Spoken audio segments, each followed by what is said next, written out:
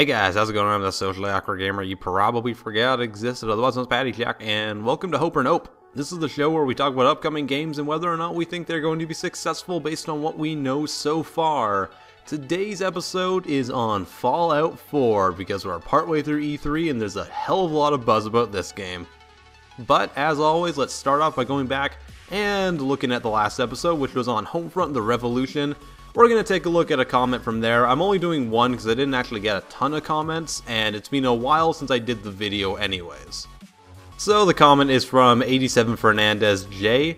He says, "Hope. I love the first Homefront game. It wasn't done due to its best potential, but overall it was awesome. This is going to be great. The concept is great and perfect for patriots in America who would love to kick ass for their country. Good video." Not so sure about the second part. It is a great concept for patriotism. And I don't know, I'm not American, so I'm not really sure exactly what the general feeling towards it would be.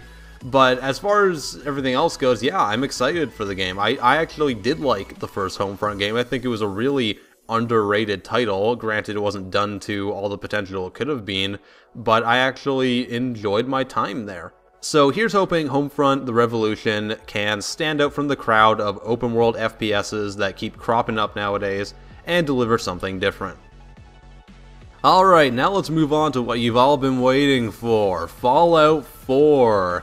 Being developed by Bethesda, being published by Bethesda, and being released on November 10th, 2015. I'm super excited. Everyone was obviously expecting this announcement this year. There was the teaser before E3 and the announcement in the trailer, and it's looking pretty good, I gotta say. So Bethesda is continuing their tradition, and they're showing actual gameplay early on, which is always a great thing. It's been a hell of a ride in the last few years when we've had developers showing literally nothing about their games until the last minute, with games like Battlefront or, say, Watch Dogs not living up to what people expect, or just not getting the right information out there as soon as possible.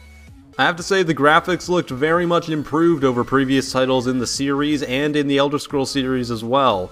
Maybe not completely up to date as other games, but considering the scope, it's likely to accommodate everything else as well. And again, showing actual graphics this early on also eliminates the downscaling issue that we've seen in a lot of games in the past year.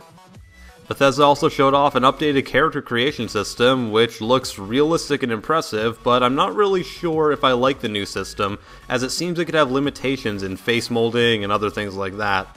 However, it is a welcome upgrade to the Fallout series, in my opinion, because, let's face it, their character creation has been pretty poor. They've also announced that full voice acting is arriving in the series for the first time, and again, I'm slightly hesitant towards this decision, as I feel it limits the amount of choices in the game, as well as potential characters and their responses. Mass Effect and The Witcher 3 both had issues, in my opinion, of having bland main characters that were limited to choices of good, bad, or neutral.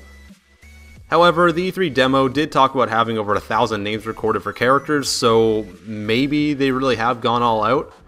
But again, I'm iffy on having a voice protagonist because in my opinion, it does limit what you can do with the character. They really seem to have gone all out once again in creating a really engaging world, and as we all know, creating a world has always kind of been the strongest point of Bethesda games.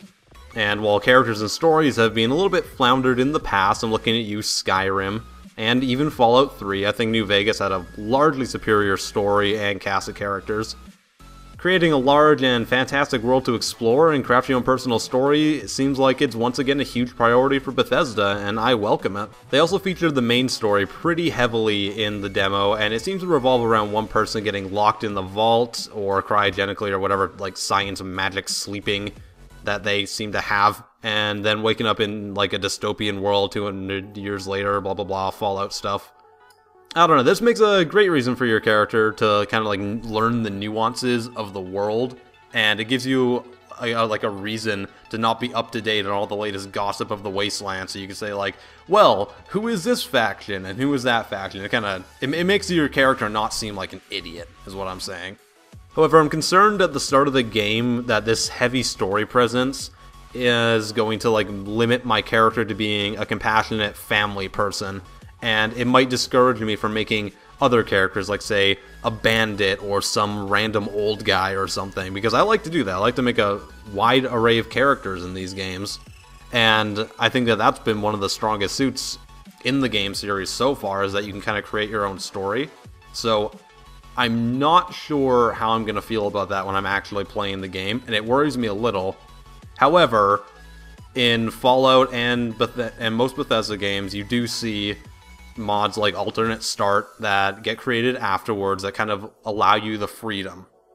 The gameplay also looks like it's been improved upon the Fallout 3 formula, because Fallout 3 was a fun game, but the gunplay and general combat was definitely lackluster, with the same being the case in Skyrim.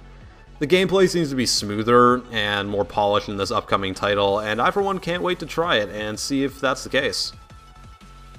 They also showcase followers as well, and they seem to have improved on the Skyrim system of issuing commands.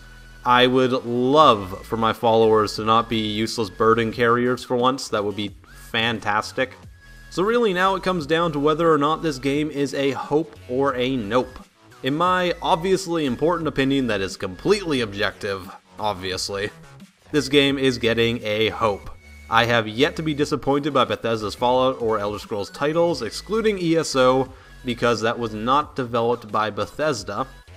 And I am looking forward to getting my hands on this next installment in an award-winning franchise.